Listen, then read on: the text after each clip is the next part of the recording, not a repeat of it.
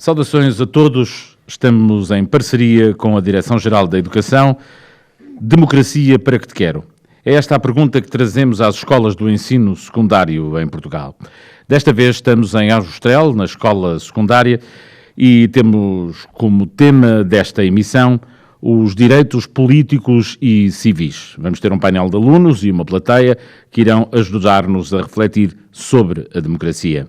O coordenador científico deste projeto é João Sequeira, que é licenciado em Ciência Política e Relações Internacionais e aluno de mestrado na mesma área e que nos faz a introdução à emissão de hoje. Boa tarde a todos.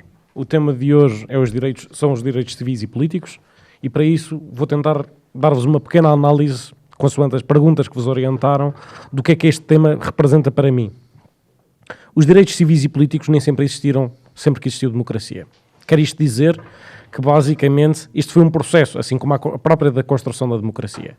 Assim, direitos civis, tais como a liberdade pessoal, a igualdade perante a lei, a liberdade de expressão e a privacidade, por exemplo, ou os direitos políticos, do direito de voto, como nós o concebemos hoje, universal, ou o direito à participação política, seja em cargos públicos, seja nos processos políticos, seja a participar em partidos, por exemplo, nem sempre existiram. Bem como, obviamente, a liberdade de associação. Isto é importante, porquê? Porque se nós considerarmos a democracia, nós temos de considerar, obviamente, estes primeiros direitos. Estes são os direitos de primeira geração. Sabendo que são os de primeira geração e que há mais direitos a seguir a eles, isto não quer dizer que eles, lá por terem sido os primeiros, são menos importantes. Para algumas pessoas, até, os direitos de segunda, terceira e quarta geração só conseguem, de facto, ser postos em prática se estes primeiros tiverem sido postos em prática. Porquê? Porque se nós não tivermos liberdade pessoal para defendermos aquilo que queremos, com liberdade de expressão, por exemplo, então não podemos dizer que queremos, por exemplo, a liberdade ou os direitos, por exemplo, que vêm a seguir, como o direito ao ambiente, que discutimos noutras sessões. Além disso, temos que ter a igualdade perante a lei. E o que é a igualdade perante a lei? A igualdade perante a lei é nós acreditarmos que, lá por eu ser o João, alguns de vocês serem o Manel, a Maria e etc., todos valemos o mesmo perante a lei. Significa isto que a lei é cega. Quando vocês veem a imagem da justiça, por exemplo, normalmente representa-se sempre a justiça como uma venda. Porquê? Porque ela é cega a quem vê. Daí ser igual. E ela não faz distinções, seja quanto à raça, seja quanto ao género, à religião, etc. Por outro lado, nós também temos a proteção da nossa privacidade. Ou seja, é muito complicado violarem a nossa privacidade. Dizem, para alguns de vocês podem estar a pensar, bom, João, mas eu sei que há violações à privacidade. Bom, se sabem que há violações à privacidade, isso numa democracia é grave, porque isso é um dos direitos mais importantes, é cada um de nós poder ter a sua própria privacidade. Bem como, na questão dos direitos políticos, o direito de voto. O direito de voto não foi um direito que foi conquistado automaticamente para toda a gente da mesma forma em todos os espaços. Porque se vocês pensarem, isto foi um processo. Isto como nós vamos ver pelos alunos também, e eu posso-vos dar aqui uma pequena achega, na questão do liberalismo e da ideia do indivíduo, uma das perguntas que aqui que refere é a questão das revoluções liberais, por exemplo, e nós temos 3 grandes revoluções liberais. Temos a Revolução Inglesa, que começa, temos a Revolução Americana e temos a Revolução Francesa, okay? Que é a última, curiosamente, das revoluções, apesar de normalmente se pensar que é a primeira. E estas revoluções deram todas direitos diferentes e consagraram diferentes direitos civis e direitos políticos, tais como, por exemplo, a questão do habeas corpus, que se calhar vamos falar, ou alguns, se calhar, estão familiarizados com a formulação da Revolução Francesa, do liberté, égalité e fraternité, a liberdade, igualdade e fraternidade, assim como, por exemplo, na Revolução Americana se consagrar o direito à liberdade, à propriedade e à perseguição da felicidade. E assim vos deixo, pensando então quais é que são estes direitos civis e quais é que são os direitos políticos e como é que eles evoluíram. E estamos na escola secundária de Aljustrel com um painel de alunos e uma plateia de alunos do 10º, 11º e 12º ano. Vamos começar com o primeiro interveniente, que é o Xavier Pereira, do 11º 4º A, que nos traz como reflexão a Carta Magna, ou a Magna Carta, ou a Carta Magna das Liberdades. Vamos a isso, Xavier. Bem-vindo. Obrigado. Boa tarde a todos. A Magna Carta foi um documento que surgiu em 1215 na Inglaterra, com o objetivo de proteger os ingleses das arbitrariedades do poder real e determinar a legalidade de qualquer imposto lançado ao povo sem o consentimento deste. Foi um diploma que apoiava a liberdade e permitia a existência de direitos para o povo inglês e foi uma espécie de condição que o povo impôs ao monarca para limitar a utilização do seu poder. O poder político tem por vezes de ter algumas limitações para que o governo não caia em estado de abuso de poder. Pois quando isto acontece, os governantes podem estar a violar os direitos civis e humanos. A Magna Carta foi um protótipo de diploma que nos permitiu ter direitos e deveres e proteção contra os abusos de poder, e teve uma grande influência na construção de documentos atuais que defendem estes propósitos, tal como a Declaração Universal dos Direitos Humanos de 1948.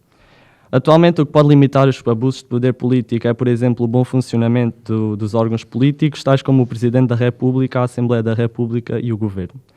Uma justiça eficaz e uma boa aplicação das leis são também maneiras de garantir uma governação sem abusos de poder.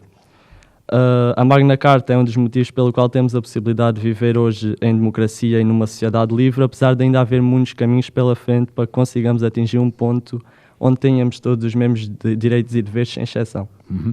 E Xavier, tu deste aí uma data, que foi o ano de... De 1948. Não, 1215. 1215. 1215. Portanto, isto demorou um bocado a acontecer. Estamos a ir um pouco atrás, quando isto começou, demorou um bocado até se conseguirem esses tais...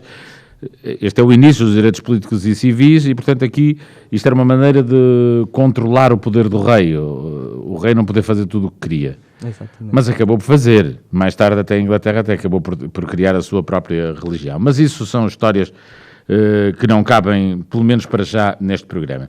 Chamo à antena o Daniel Nunes, que é aluno do 12º, quarto A, e que nos trazes o quê, Daniel, para esta reflexão? Eu trago as revoluções liberais, como elas influenciaram o meio democrático e liberal que nós temos hoje e como é que elas propriamente defendem os direitos e as liberdades de cada um de nós como indivíduos.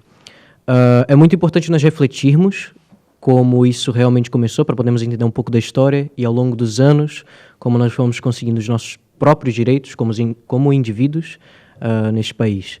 E tudo isso começa com os iluministas no século XVII, um número de indivíduos com a ideia principalmente aplicada na igualdade do homem, tanto perante a lei, mas como também perante a nascença.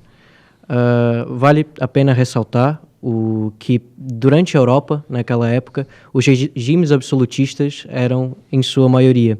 E nós estamos acostumados com a ideia das três classes sociais, do clero, da nobreza e do povo. Não havia propriamente igualdade até na própria nascença. Se nascesses como membro da nobreza, morrias como membro da nobreza. Do povo, da mesma forma, o clero sendo único a par e diferente, mas ainda seguindo um regime estrito, por se assim dizer. O que acontece é que, após a Revolução Americana, que é realmente a Revolução Liberal, que internacionalmente dá influência e impulso a esse movimento, nós temos uma continuidade dessas revoluções, em principal na Europa, em destaque a Revolução Francesa, e logo após isso, em 1820, nós temos em Portugal a primeira revolução com fôlego liberal, por se assim dizer. Uma revolução que foi, acima de tudo, movida por membros do Exército, na cidade do Porto. E, acima de tudo, essas revoluções, elas têm uma similaridade.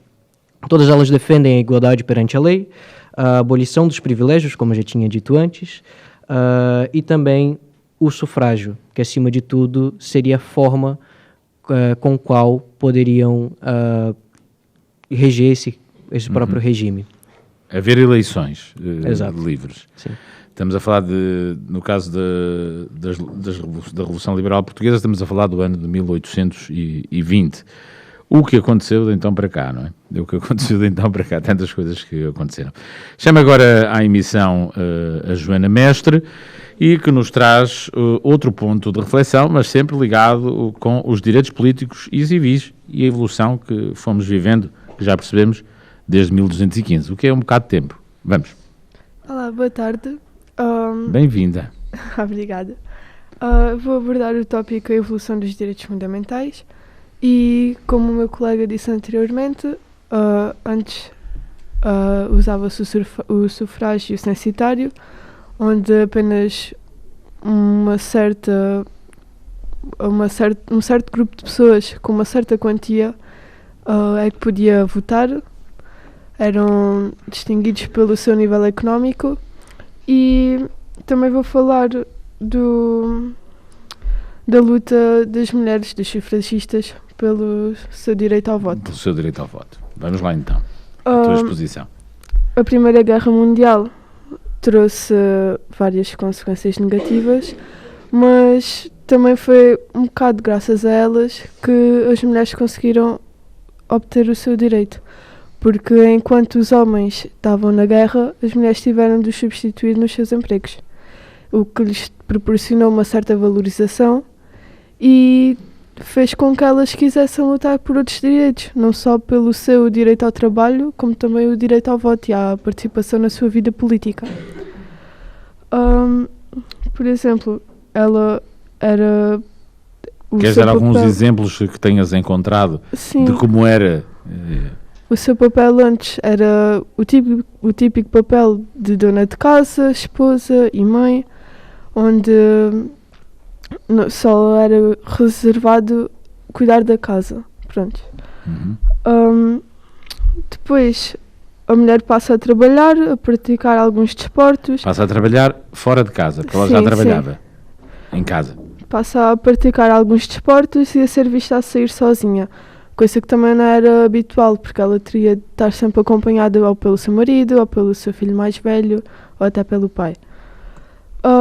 Fruto desta liberdade surgiu então o movimento feminino, que chega também à moda, onde o espartilho cai em desuso e as mulheres conseguem usar roupas mais livres, onde elas não são tão presas por causa dos métodos conservadores que se usavam.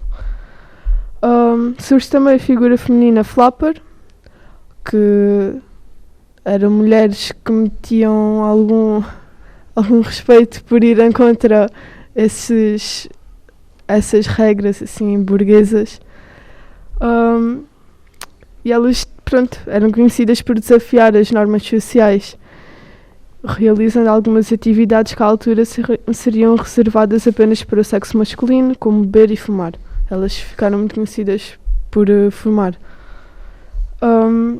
Com esta recém-alcançada liberdade, as mulheres quiseram também reivindicar o direito à propriedade privada, à tutela dos seus filhos e ao acesso à educação, coisa que também era apenas reservada aos homens. E em 1900, falando um bocado ainda de trás, certo. foi quando as sufragistas britânicas quiseram participar ativamente na vida política, que foi aí mesmo que começou a luta pelo seu direito ao voto. A Primeira Guerra Mundial proporcionou apenas mais razões para que elas quisessem atingir esse direito. Que só em Portugal só acaba por existir com o 25 de Abril. Sim. Ainda vai ser muito mais tarde. Nós já voltaremos a falar. Vou chamar à emissão a Beatriz Guerreiro, do 14A. Olá, Beatriz. Olá, obrigada. O que nos trazes então como pontos que tu preparaste, sobretudo, julgo que te vais centrar no que acontece após as guerras e sobretudo após a Segunda Guerra Mundial. Bem, digamos assim, a Determinação dos Direitos Fundamentais, digamos assim, a importância dos direitos fundamentais veio a aumentar a seguir após a Segunda Guerra Mundial, principalmente devido às crueldades que o regime nazista tinha feito ao povo judeu. Em questão disso, logo a seguir a isso, deu-se a criação da Organização das Nações Unidas. E que vai alterar significativamente o sentido de igualdade. Sim. Da necessidade ou seja, que era uma reivindicação justa. As mulheres tinham que ter direitos, sim. Sim, não só como as mulheres, mas todos os seres humanos, dependendo da religião, país, entre outros. A ONU foi simplesmente foi criada com muitos países fundadores que quiseram e queriam proteger os direitos de todos os seres humanos, mesmo aqueles,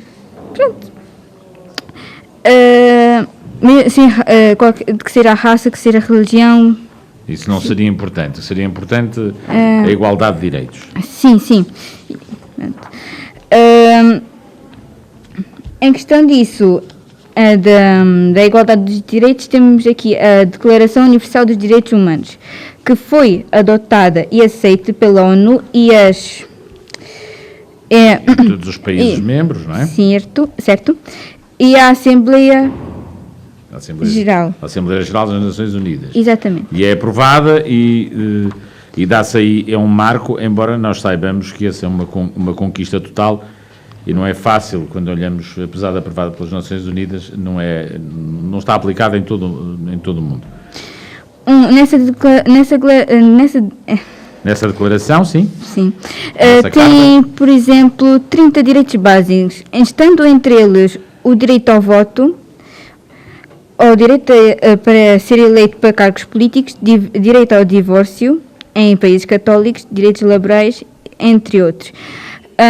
Em questão disso também... O mundo acaba por mudar muito a partir daí.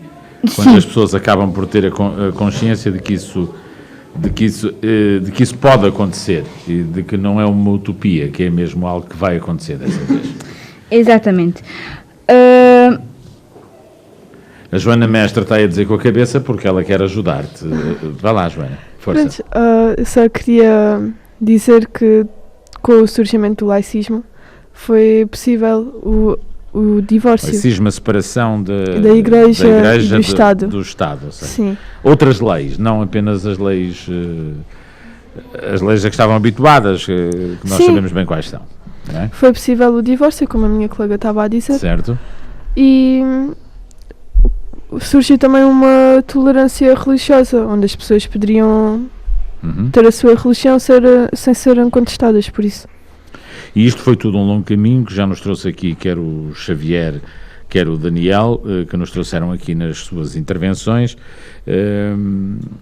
Xavier, na investigação, nestas preparações que tu foste fazendo, qual foi os dados, porque há sempre esses dados existem, não é? Quando a gente lê, como é que isto era possível ser assim? O que é que te espantou mais quanto à não existência do que nós hoje consideramos que são direitos incontestáveis, não é? E, no entanto, não era assim. Não. Antigamente, o povo inglês não tinha esses direitos e esses deveres que ao longo do tempo, foram conquistando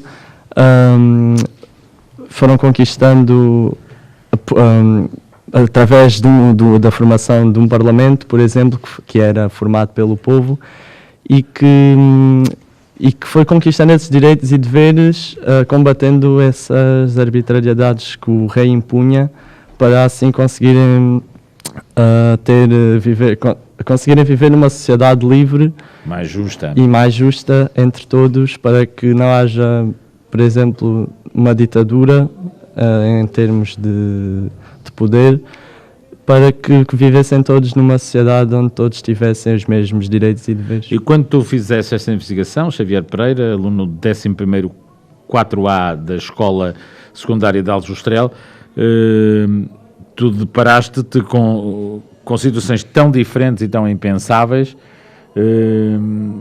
mas que ainda hoje muitas delas não foram totalmente vencidas, não é? Exatamente. Hoje em dia ainda há um caminho pela frente para conseguir termos todos os mesmos direitos e os mesmos deveres, porque ainda não está tudo ainda não vivemos numa sociedade ideal, também nunca iremos viver, porque isso é uma coisa que é difícil alcançar, mas se nós como povo conseguirmos ultrapassar algumas dificuldades que estamos a viver, podemos conseguir chegar e alcançar alguns direitos que ainda estão para ser alcançados. Muito bem. Daniel Nunes, aluno do 12º quarto A. Daniel Nunes, tu centraste mais a tua intervenção nas revoluções liberais. Estes direitos que foram adquiridos aí, as pessoas aderiam? O povo, as lutas liberais, por exemplo, que aconteceram em Portugal, temos tendência a centrarmos nas elites, mas as pessoas aderiram? Pronto, é uma pergunta interessante, por assim dizer, porque o contexto de Portugal, enquanto as revoluções liberais aconteceram, era um contexto diferente do contexto das outras revoluções liberais mais importantes, seja americana, seja francesa. Portugal tinha um governo partido ao meio. Isso porque o seu rei não estava em Portugal, por assim dizer. Estava no Brasil. Sim, exatamente. Porque após as invasões francesas, a corte e a realeza de Portugal foi ao Brasil e lá se instalou, até mesmo depois do povo e pronto ter expulsado os franceses dos territórios portugueses. E acaba por ser, querendo ou não, a primeira revolução liberal, de certo modo, não muito forte, porque ela logo acaba, logo em seguida. Há em seguida também uma guerra civil, onde realmente, novamente, o conceito e o regime liberal volta em Portugal, com a figura de Dom Pedro, que volta do Brasil e aqui instala novamente um regime, uma monarquia liberal. Dentro do que tu encontraste nestas revoluções liberais, nesta luta pelos direitos, e eu perguntava-te e vou insistir, o que é que tu encontraste de mais esquisito nas tuas pesquisas? Ou era tudo normal? O que eu acho mais interessante, por assim dizer, é que durante essa evolução, durante o século XIX, até o próprio século XX, após a Primeira Guerra Mundial, a gente vê Portugal como um país muito instável, porque mesmo com novas ideias, um novo regime controlando o país, essas mudanças não foram logo muito bem ordenadas, por assim dizer. E a instabilidade de Portugal no século XX, no começo do século XX, por assim dizer, foi grande, reflete muito bem isso, até depois a Revolução e a tomada do poder por meio dos republicanos mostra também isso. Foi um governo que foi completamente instável, por assim dizer. E uma das coisas que eu achei interessante... vai acabar mal. Exato, vai acabar mal. E uma coisa das coisas que eu achei mais interessante... Vai acabar mal porque depois vamos ter uma ditadura, uma junta militar, e depois entramos numa ditadura. Sim.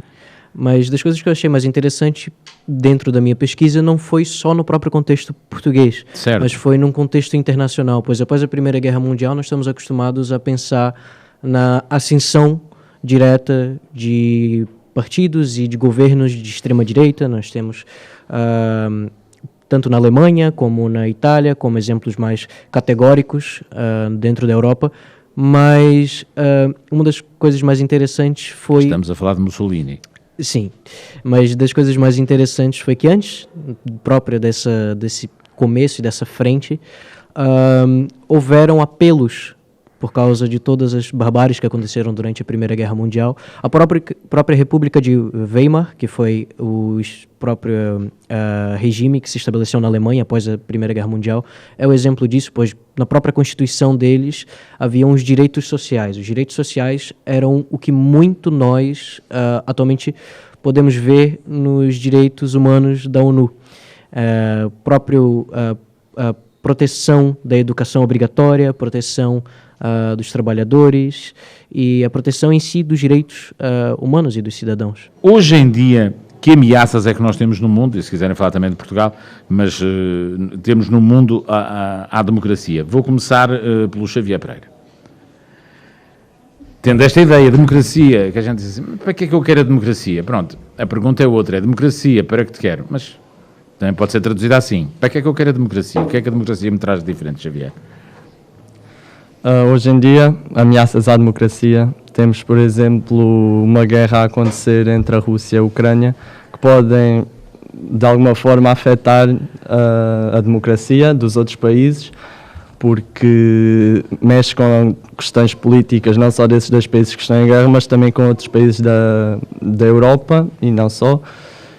E é uma guerra que pode afetar todos os países em diversos modos, como, por exemplo, a nível social, a nível económico, e isso mexe também um bocado com a forma de governo e com a política de cada país, porque pode haver acordos que são feitos entre países. Sim, que não são feitos às claras, é isso que queres dizer? Exatamente.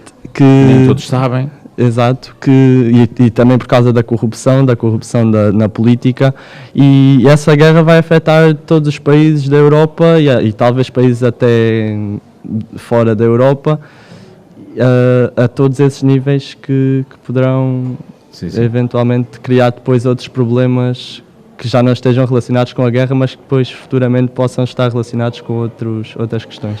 Daniel Nunes, do 12º quarto A. Daniel, todos nós nos lembramos, é impossível não nos lembrarmos, do que aconteceu no Brasil nos últimos anos, com o governo de Bolsonaro e outros no mundo que existem dentro da mesma linha. Temos o caso de Trump e vamos por aí fora.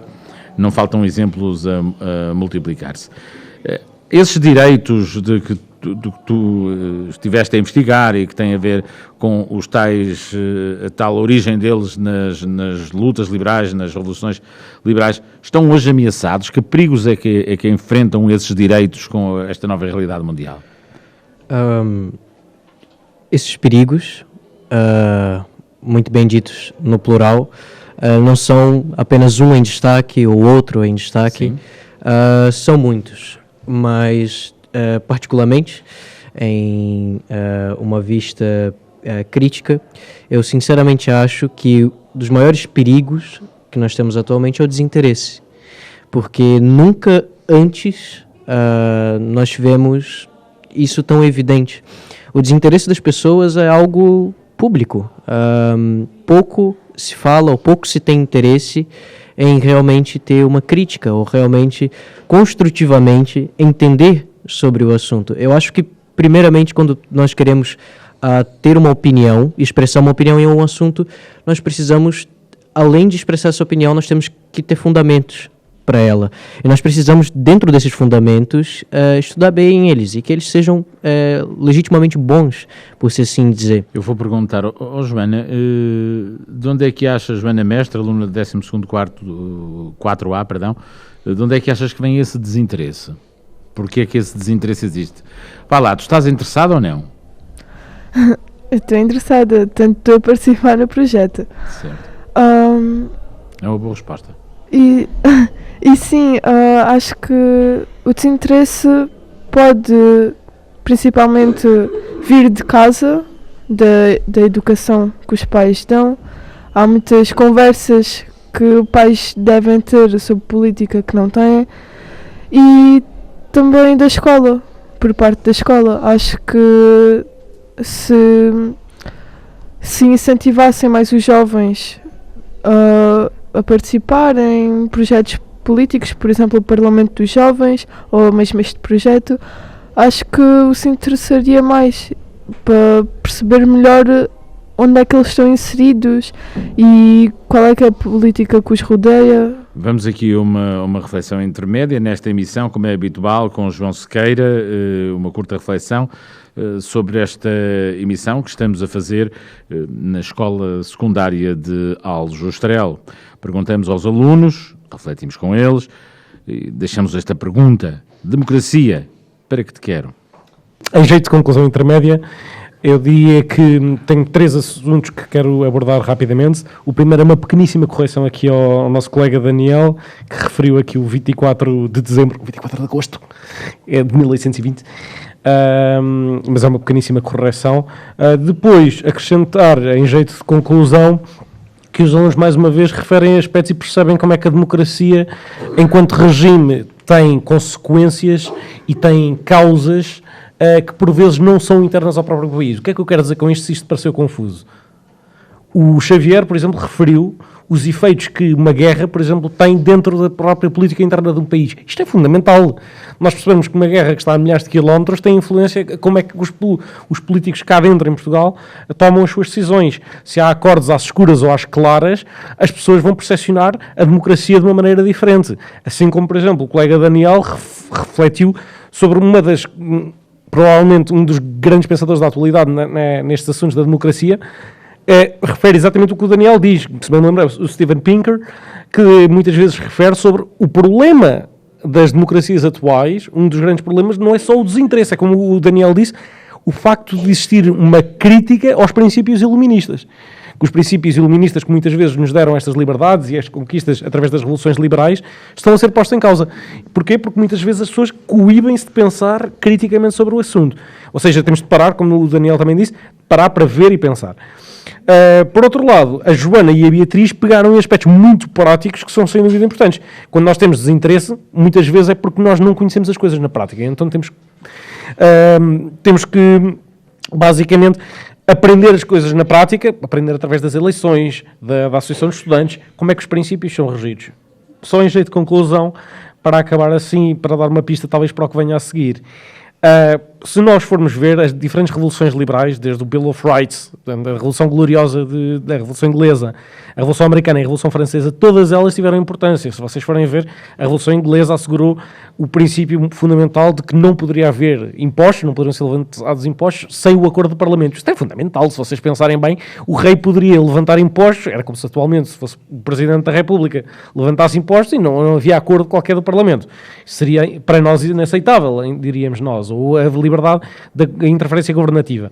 Na Revolução Americana, só para vos dar um exemplo, todos os homens livres, incluindo aqueles que não possuíam propriedade, isto é importante, poderiam votar.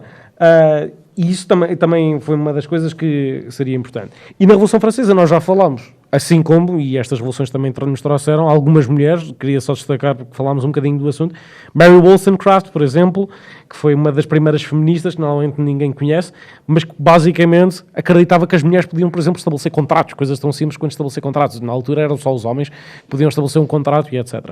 Portanto, eu diria que é um bocadinho por aí e assim ficamos. Democracia para que te quero, estamos na escola secundária de Aljustrel, estamos a refletir sobre a democracia, sobre os direitos políticos e civis que foram conquistados ao longo da história. Agora podemos dar aqui, talvez, ou ter aqui uma abordagem e falar o que é que nós podemos fazer, que direitos nos faltam conquistar ou que novos direitos achamos fundamentais nestes novos tempos.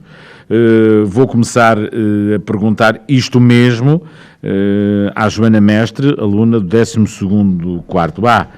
O que é que nós podemos fazer, Joana, já que há esse tal desinteresse? Como eu tinha dito na sessão anterior, antes do intervalo, acho que podia ser, esse interesse podia ser combatido a partir das escolas. Por exemplo, através de alguma disciplina, ou mesmo da disciplina de História, que a política está muito presente. Acho que é possível combater esse desinteresse porque são assuntos que são abordados e algumas questões podem vir a ser esclarecidas. Por exemplo, como é que é constituído o Parlamento, algumas questões assim. Como é que funciona o nosso sistema político, Sim. é isso? Sim. Muito bem. Isso hoje é fácil conseguir também saber. Porque... Sim, através da internet. Mas acho que, por exemplo, os alunos mais novos... E os mais velhos também. Os mais velhos, pois. há alunos que em março já vão votar e nem sequer sabem qual é que é a diferença da direita e da esquerda. Isso é um bocado preocupante. Isso talvez só lendo, não é? Só procurando informação e promovendo este tipo de debates. Vou agora ao Daniel. Daniel, que novos direitos ou que direitos estão ainda por cumprir e que consideras tu serem fundamentais? Eu acho que, acima de tudo, né, independente da nossa criação, independente do nosso contexto social, nós todos somos pessoas. Todos temos o tal direito de sermos tratados e também de lutar, pronto. E esses direitos não estão ainda sedimentados, ou seja, ainda não se conseguiu plenamente que houvesse essa tal de igualdade? Bem, pronto, também uma pergunta interessante, porque esses direitos, né, são sempre novos, porque é sempre uma necessidade, acima de tudo, conforme nós tivemos falando aqui, há sempre uma evolução constante dos regimes, mas propriamente das leis e os direitos que cada cidadão individualmente é necessário e precisa ter. Vou voltar aqui ao Xavier, que é do 11º 4A. Xavier, esta questão da abstenção, das pessoas estarem ou terem uma ideia de que estão afastadas da política, é para ti o principal inimigo da democracia ou há outros? É talvez um dos mais importantes, um assunto que possa levar a que haja uma democracia onde as pessoas, onde a população não tenha, por exemplo, o que leva as pessoas a que não estejam bem informadas sobre o que se passa no governo. E acho que devia haver uma maior educação a nível da população, um pouco de autoeducação, e as pessoas deviam procurar saber um pouco mais sobre a democracia e sobre o que é que se passa dentro do governo, para poderem votar de forma a que os políticos consigam satisfazer as suas necessidades. Sim, eu não sei se algum de vocês tem noção disto nestes 50 anos, desde que temos eleições livres em Portugal. Nós já somos 10 milhões há alguns anos, mais ou menos. Na casa dos 10 milhões, eu não sei se tens noção, ou se as pessoas têm noção, de que o número de votantes é sensivelmente mais ou menos e sempre o mesmo, na casa dos 5 milhões. Talvez os nossos cadernos eleitorais estejam demasiado grandes, com muita população residente no estrangeiro que adquiriu automaticamente o direito de voto. E eu estou a fazer esta introdução para perguntar, vocês acham que o facto de não se falar sobre isto, que são sempre os tais 5 milhões, que não estará a dar uma percepção errada e não estaremos a valorizar em demasia aqueles que não estão a votar, e que na maior parte das vezes até nunca votaram, e a não considerar aqueles que são proativos e que vão às urnas e que votam desde sempre? Sim, claro. As pessoas que não votam, as pessoas que votam deviam ter um pouco mais de como é que eu ia dizer, de participação em termos de governo, porque têm esse direito que obteram através de várias lutas que foram feitas, e exercem esse direito de votar, enquanto as pessoas que não votam estão um pouco a desrespeitar as lutas que as pessoas fizeram para chegar ao direito do voto, que foi algo que deu muito trabalho a conseguir. E então acho que as pessoas que votam e que exercem esse direito deviam ter mais vantagens do que as pessoas que têm o direito muito e que bem. Não o exercem. Joana Mestre, que desafios... quando hoje nós temos a internet, que é algo que não havia. Sim. E para muitas pessoas a internet passou a ser uma realidade mais presente há cerca de 10 anos, com a explosão do Facebook à escala planetária, e que aconteceu em Portugal também, por volta do ano, talvez 12 anos. O que é que a internet traz, no teu entender, de bom e de mau a este debate da democracia, dos direitos, das liberdades, das garantias? Por exemplo, eu acho que a internet põe um bocado em causa o direito à liberdade de expressão, porque atualmente podemos ver que um assunto que provavelmente que fosse discutido há 5 anos atrás, atualmente é, como se diz, cancelado. As pessoas têm de ter um bocado de cuidado com o que dizem na internet, porque senão podem lhes cair em cima muito facilmente. Por exemplo, eu quero dar o exemplo da Joana Marques, que no sábado passado, ou anterior, na reportagem com a SIC, disse que os assuntos que ela tratava no Gato Fedorento com o Ricardo Augusto Pereira, se fossem abordados atualmente, não seria com... Com a ligeireza, Sim, com a alegria, sim. com a tolerância. Haveria muitas pessoas que iriam questionar e pronto, cair em cima mesmo, a criticar e a contestar. Mas isso não é democracia. É, mas Há demasiado ruído. estão a ficar demasiado intolerantes, é o que eu estou a dizer. A cada assunto estão a ficar muito intolerantes. Por exemplo, com a igualdade de género. Há diversas opiniões acerca disso. E a cada opinião há sempre bombardeios, assim dizendo. Sim. Não há uma conversa pacífica na internet. Há sempre, não é isto porque não é assim. Em vez de tentarem dar as opiniões, estão a tentar impor as opiniões. É o que eu vejo. Daniel, a internet na democracia. Eu acho que, pronto, vendo por exemplos mais recentes, eu acho que a internet, acima de tudo, obviamente pode ser um veículo muito importante, tanto politicamente falando, mas também pode ser, assim como a Joana disse, quase que uma arena, uma batalha. As pessoas são, querendo ou não, muito violentas. Eu acho que, acima de tudo, essa força e essa violência, um dos grandes exemplos foi, tanto no Brasil como nos Estados Unidos, viu-se com o ataque, particularmente a sede do governo, e acabaram por ser, em grande parte, influenciados pela internet, pela influência que esses próprios líderes políticos tiveram propriamente nas pessoas, e acabou por ser, querendo ou não, duas demonstrações tristes, por assim dizer, do que pode realmente acontecer quando uma pessoa assume muita influência. Obviamente, como tudo, há sempre os prós e há sempre os contras, mas obviamente, assim como tudo, é sempre necessário a gente ter uma visão neutra sobre aquilo e usar da melhor forma que nós conseguirmos. E porquê que tu achas, já agora, deixa-me perguntar-te isto, porquê que tu achas que as pessoas são tão agressivas na internet? Quando estás a referir aos comentários, depois o post e o repost e depois a resposta que é constante. Acaba por ser muito, novamente o que a Joana disse, é muito uma questão de impor a sua vontade em cima da outra, não está aberto à conversa. Por mais que eu tente argumentar e colocar os meus pontos, por melhores que eles sejam, por mais coerentes que eles sejam,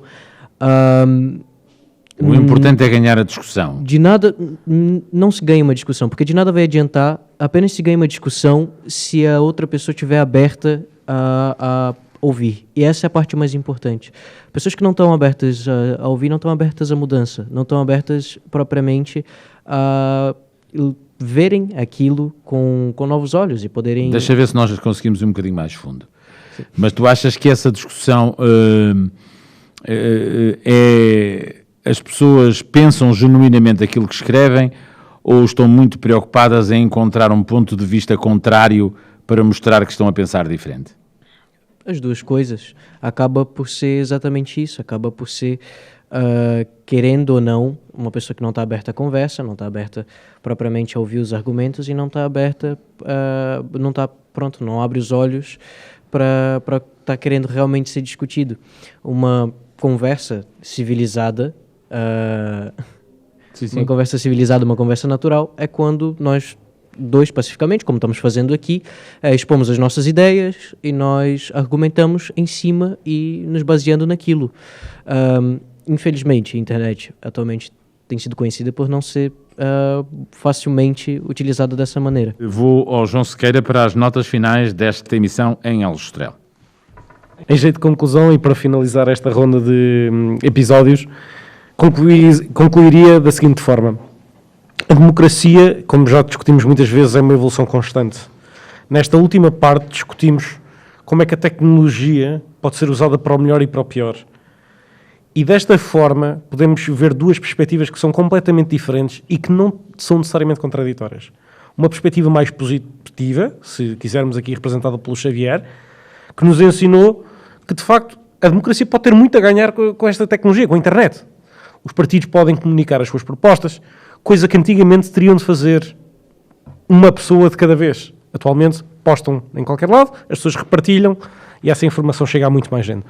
Por outro lado, falámos com a Joana, com o Daniel e com a Beatriz que as restrições que são feitas à liberdade de expressão, por exemplo, nas redes sociais, através da cultura de cancelamento, através do perigo do politicamente correto, através das pessoas não terem noção do que dizem, através da perda de empatia de uns com os outros, a tal arena que o Daniel nos falava, na arena de batalha, e da perda de conversa civilizada, é uma grande perda para a democracia.